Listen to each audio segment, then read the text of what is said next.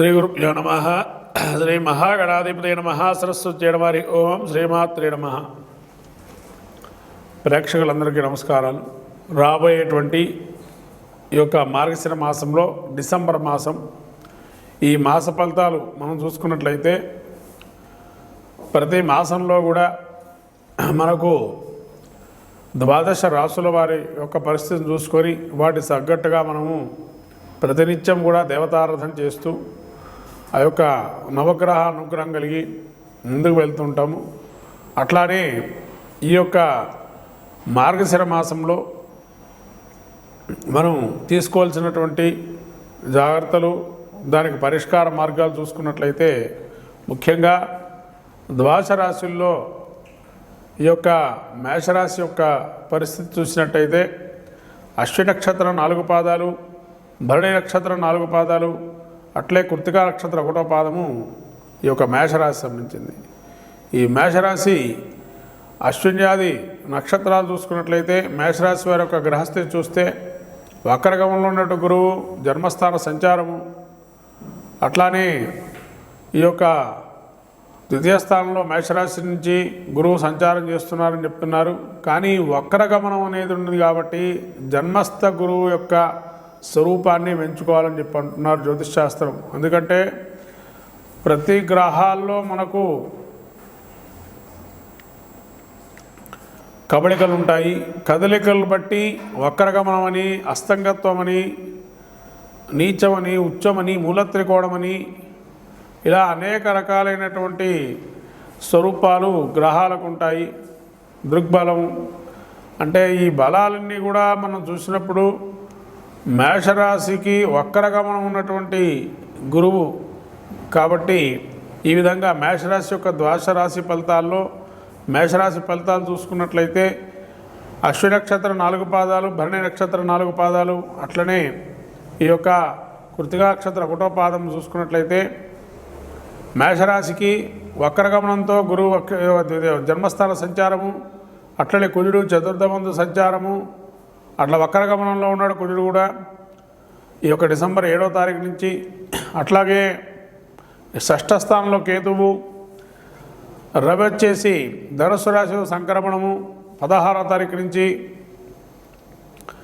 అట్లనే బుధుడు ఈ యొక్క వృశ్చిక రాశి సంచారము, తదుపరి ధనుస్సు రాశి సంచారము, శుక్రుడు మకర రాశి సంచారము, ఈ విధంగా శని కుంభరాశిలో సంచారము, రాహు మీన రాశిలో సంచారము, ఈ విధమైనటువంటి సంచారాన్ని చూస్తున్నట్టయితే మేషరాశి వారికి ముఖ్యంగా జన్మస్థ గురు సంచారం వల్ల అత్యధికమైనటువంటి మంచి ఆధ్యాత్మిక మానసిక ఉత్సాహం అవన్నీ కూడా చేకూరే అవకాశం ఉంటాయి. అట్లానే కుజుడు తృతీయ స్థానంలో ఉన్నారు కాబట్టి మిమ్మల్ని సహకరించేటువంటి వారు మీ తోబుట్టువులు కానీ మిమ్మల్ని బాగా సహకరిస్తారు. బంధు ప్రేమికులుగా ఉంటే కనుక బంధువుల వల్ల ఇబ్బందులు కలిగే అవకాశం ఉంటుంది. అట్లాగే మీ యొక్క మిమ్మల్ని ఇప్పటివరకు కూడా ఎవరైతే సహకరించారో వాళ్ళు కొంత దూరం పెట్టుకునే అవకాశం ఉంటుంది. ఈ యొక్క కేతు 6వ స్థానం సంచారం వల్ల ముఖ్యంగా ఈ కేతు 6వ స్థానం అత్యధికంగా శుభదాయకమైనటువంటి ఫలితము, ఆకస్మికమైనటువంటి ప్రయాణాలు, ఆకస్మికమైనటువంటి ప్రయాణాలతో లాభాలు, అట్లానే ధనలాభాలు, సజ్జన సాంగత్యము, అట్లానే ఆధ్యాత్మికంగా కొన్ని విషయాలు ఎరింగడము, ఇవన్నీ కూడా అద్భుతంగా గోచరిస్తుంది కేతు సంచారం వల్ల. రవి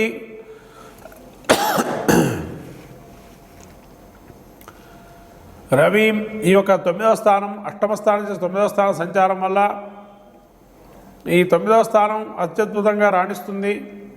కాబట్టి ఈ ప్రథమార్థం అంతంత మాత్రం కూడా ద్వితీయార్థం అద్భుతంగా ఉంటుంది రవి వల్ల. అట్లాగే బుధుడు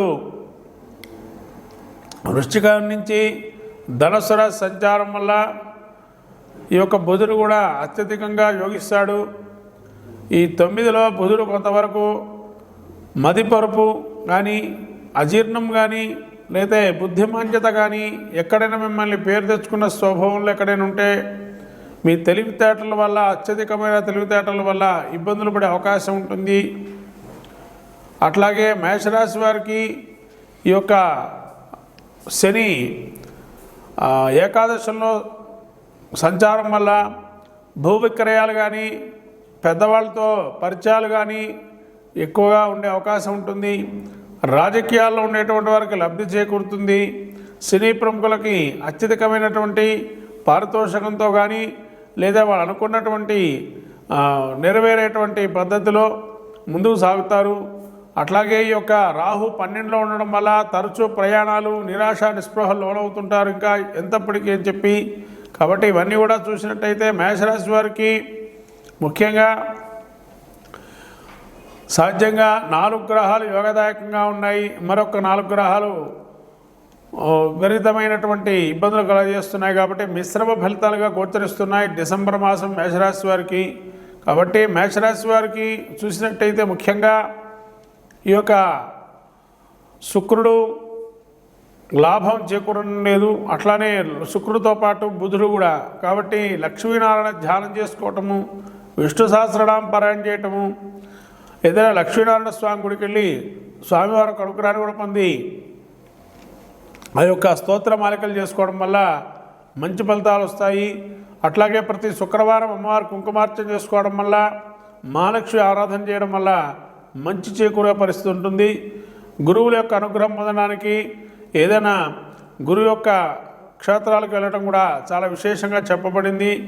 ఈ మేషరాశి వారికి డిసెంబర్ మాసం మిశ్రమ ఫలితాలు గోచరిస్తున్నాయి. మొత్తం మీద ఈ యొక్క మార్గశిర మాసంలో. శ్రీమాత్రే నమః. శ్రీ గురుభ్యో నమః. శ్రీ మహాగణాధిపతయే నమః. సరస్వత్యై నమః. ఓం శ్రీమాత్రే నమః. మాకు ఈ యొక్క మార్గశిర మాసం డిసెంబర్ మాసంలో ఫలితాలు చూసినట్టయితే వృషభ రాశికి వృత్తికా నక్షత్రం 2, 3, 4 పాదాలు, అట్లాగే మృగశిర నక్షత్రం 1, 2 పాదాలు, రోహిణి నక్షత్రం 4 పాదాలు వృషభ రాశికి. వృషభ రాశి మనకు చూసినట్టయితే జన్మస్థ గురువు సంచారము, అట్లే కుజుడు 3లో సంచారము, పంచమ స్థానంలో కేతు సంచారము, సప్తమ స్థానంలో రవి సంచారం, తదుపరి అష్టమ స్థాన సంచారము, బుధుడు అష్టమ స్థాన సంచారము, భాగ్యస్థాన శుక్ర సంచారము, దశమస్థాన శని సంచారము, ఏకాదశంలో రాహు సంచారం. ఇటువంటి సంచారం చూసినట్టయితే ముఖ్యంగా వృషభ రాశి వారికి మానసికమైనటువంటి ఉత్సాహం, ఉల్లాసం బాగా ఉంటుంది. అట్లానే శ్రీ గురుభ్యో నమః. శ్రీ మహాగణాధిపతయే నమః. సరస్వత్యై నమః. ఓం శ్రీమాత్రే నమః. ముఖ్యంగా ప్రతి వారికి కూడా మనకు పంచమహాపురుష యోగాలు ఉంటాయి. ఆ పంచమహాపురుష యోగాల్లో ఈ యొక్క శుక్రుడిచ్చేటువంటి మహర్దశలో శుక్రుడు కనుక మనకు ప్రతికూలంగా మహర్దశలు అనుకూలంగా జరగాలి అంటే మాలవ్య మహాపురుష యోగం అంటారు దాన్ని. ఈ మాలవ్య మహాపురుష యోగాన్ని కనుక శుక్రుడు నిర్దేశించేటువంటి యోగం. ఈ యోగం వల్ల ముఖ్యంగా ఆయుర్దాయాన్ని చూస్తే 77 ఏళ్ళ నుంచి 80 ఏళ్ళ వరకు ఉంటుంది. కాబట్టి ఈ యొక్క శుక్ర మహర్దశ అనేకులు కూడా యోగించే అవకాశం ఉంటుంది.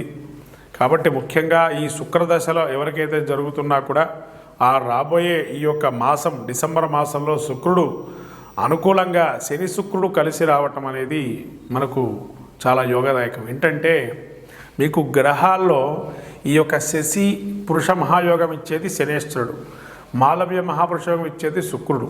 ఈ శని శుక్రుడు కలవటం వల్ల మనకు ఏమిటయ్యా లాభం అంటే మొత్తం గ్రహ పీఠికలో తీస్తే మకర రాశి నుంచి 11వ రాశి అయినటువంటి కుంభరాశి 11వ స్థానం ఏం చూపుతుంది మనకు? లాభాన్ని, కాలపురుషాంగాల్లో లాభాన్ని ఇచ్చేటువంటి రాశిగా చెప్పబడుతుంది. కాబట్టి ఈ శని శుక్రులు ఎక్కడైతే కలుస్తున్నారో ఆ యొక్క రకమైన కాంబినేషన్ తీసుకుంటే కనుక ఈ శని శుక్రుల కాంబినేషను చాలా అద్భుతంగా ఉంటుంది. ముఖ్యంగా ఎవరికైనా కూడా ఈ శని శుక్ర కాంబినేషన్ వల్ల ఏం జరిగే అవకాశం ఉంటుంది అని అంటే ముఖ్యంగా నూతనమైన పరిచయాలు ఏర్పడుతూ ఆ పరిచయం ద్వారా స్త్రీ కానీ పురుషుడు కానీ ఎవరైనా కానీ వాళ్ళ పరిచయాల వల్ల మనకు వ్యాపారం అనేది విస్తారంగా కలిసి రావటం అవకాశం ఉంటుంది. అట్లానే ఈ యొక్క యోగం ఇంకా ఏమిటంటే ఈ శని అండ్ శుక్రుడు కలవటం వల్ల మనకు అవయోగాలంటూ ఏముండవు. ఎందుకంటే ఇద్దరు మిత్రులే, మిత్రక్షేత్రంలో పరిపూర్ణంగా శుక్రుడు కూడా కలిసి ఉన్నాడు. కాబట్టి ఈ శుక్రుడు శని కలవటం అనేది కూడా పుట్టబోయే శిశువులు ఎవరైనా ప్రెగ్నెన్సీ ఉండి డెలివరీకి వెళ్ళేటువంటి వారికి కూడా ఈ శని శుక్రుల కలయిక అద్భుతంగా గోచరిస్తుంది. వీటి వల్ల వాళ్ళకు కూడా ఉత్తరోత్తర మంచి వృద్ధి రేటు వచ్చి పురుష సంతానానికి కలిగే అత్యధికంగా లాభాలు. శుక్రదశ ముఖ్యంగా కుంభానికి, మకరానికి, అట్లానే మేషానికి, మళ్ళీ మిథునము, వృషభము, తుల, కన్య ఈ రాసుల వారికి యోగాన్ని అద్భుతంగా ఇస్తాయి. మిగతా వాడికి మిశ్రమ యోగాలు ఉంటాయి. ఈ రాసుల వారికి యోగాన్ని బాగా ఉంటాయి రాబోయేటువంటి శుక్రమార్దశలో. శ్రీ గురుభ్యో నమః. శ్రీ మహాగణాధిపతి నమః. శ్రీ మహాసరస్వతి నమః. ఓం శ్రీమాత్రే నమః. రాబోయేటువంటి శుక్రమహర్దశ ఈ యొక్క ద్వాదశ రాశి వాళ్ళకి చూసినట్టయితే శుక్రుడు ఇచ్చే ఫలితాలు ఏంటంటే భోగభాగ్యాలు, సిరి సంపదలు, అట్లానే మనకు ముఖ్యంగా వివాహానికి సంబంధించినటువంటి ఈ యొక్క గ్రహం కలత్రకారక గ్రహం. అట్లనే వ్యాపారంలో ఏదైనా ప్రైవేటు వ్యాపారంగా చేసేటువంటి వారికి ఉద్యోగం స్థిరత్వము, లాభాలు చేకూరేది కూడా ఈ శుక్రుడు వల్లనే ఉంటుంది. అట్లనే ఇప్పుడు మనం సాఫ్ట్వేర్ రంగం ఏదంతా కూడా శుక్రుడు యొక్క అనుగ్రహం వల్ల కలుగుతుంది. అట్లనే మంత్రోపాసన దీక్ష, అట్లనే మనకు పెళ్ళిళ్ళైన అన్యోన్య దాంపత్యము, ఇవన్నీ శుక్రుడు ఇచ్చేటువంటి ఫలితాలుగా గోచరిస్తాయి. అట్లనే శుక్రుడు ఇచ్చేటువంటి ఫలితాలు విదేశీయానానికి కూడా చాలా యోగాన్ని ఇస్తాయి. వృత్తిరీత్యా మనకు ఏవైతే ఈ యోగం దానివల్ల లాభాలు చేకూరేటు కూడా ఈ శుక్రుడు వల్లే కలుగుతాయి. ఇదంతా కూడా మనం రాబోయే ఈ యొక్క ద్వాదశ రాశుల వాళ్ళకి ఏ విధంగా ఉంటున్నాయో తెలుసు. శ్రీమాత్రే నమః. శ్రీ గురుభ్యో నమః. ఓం శ్రీమాత్రే నమః. ఈ మార్గశిర మాసంలో ద్వాదశ రాశి వాళ్ళు అందరూ కూడా ద్వాదశ రాశి స్థితిలో ఉండేటువంటి నక్షత్రాదులు, గ్రహాలు అనుకూలము కావాలి అనుకుంటే ఏదైతే మనకు ద్వాదశ రాశుల్లో కొంతవరకు ఒక కానీ 2 గ్రహాలు కానీ విపరీతమైనటువంటి ఇబ్బందులు కలుగజేస్తున్నారు. కాబట్టి రాబోయేటువంటి మార్గశిర మాసం అంతా కూడా ఎవరికి అయినా కూడా ఒక మంత్రాన్ని పఠిస్తూ తద్వారా 40 రోజులు కానీ 30 రోజులు పఠిస్తూ ఉంటే ఖచ్చితంగా ఫలితాన్ని ఇస్తుంది. ఎందుకంటే మనకు విశేషంగా మార్గశిర మాసం వ్రత నియమాల్లో బ్రహ్మచర్యాన్ని కానీ పాటించి ఒక మంత్రాన్ని కనుక జపం చేస్తూ తదేకంగా ఉంటే ఫలితాన్ని తప్పకుండా ఉంటుందని మనకు శాస్త్రం చెప్పబడింది.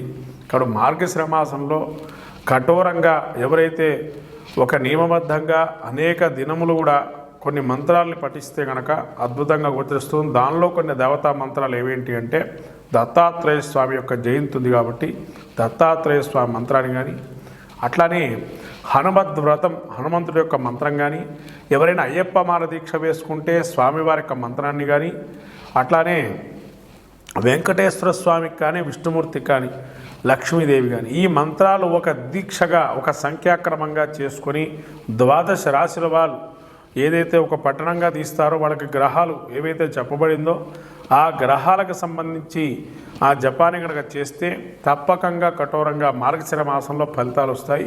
కాబట్టి అందరూ కూడా ద్వాదశ రాశుల వాళ్ళు ముఖ్యంగా విష్ణుమూర్తి ప్రీతికి నైవేద్యంగా ఒక కట్టె పొంగల్ నైవేద్యం పెట్టడం వల్ల చాలా అద్భుతంగా గోచరిస్తుంది ఈ మాసంలో విష్ణుమూర్తి ప్రీతిగా చేయటం వల్ల.